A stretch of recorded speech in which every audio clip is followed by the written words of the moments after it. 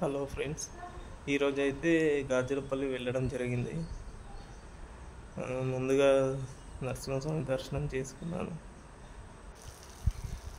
కోతి చూడండి, నీళ్లు తాగి ఎలా వెళ్ళిపోయిందో ట్యాప్ వదిలేసి.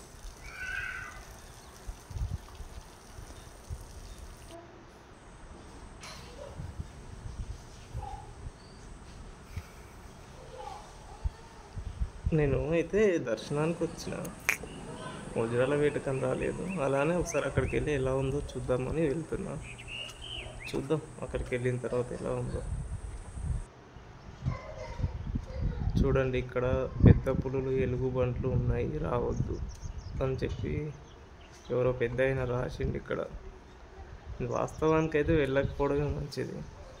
అక్కడ అనుకున్నట్టు వజ్రాలు ఏమి ఉండయండి, వేస్ట్ టైం వేస్ట్. దూర ప్రాంతాల నుంచి అయితే అస్సలే వెళ్ళకండి. అక్కడ ఉన్న చెంచు వాళ్ళు కానీ అక్కడ లోకల్ వాళ్ళకి కానీ వాళ్ళకు వెళ్తే ఏదైనా ప్రయోజనం ఉంది, కానీ దొరికినా దొరకకుండా వాళ్ళకి ఎలాంటి బాధ ఉండదు.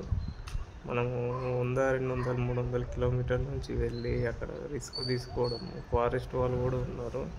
దయచేసి వెళ్ళకపోవడమే మంచిది.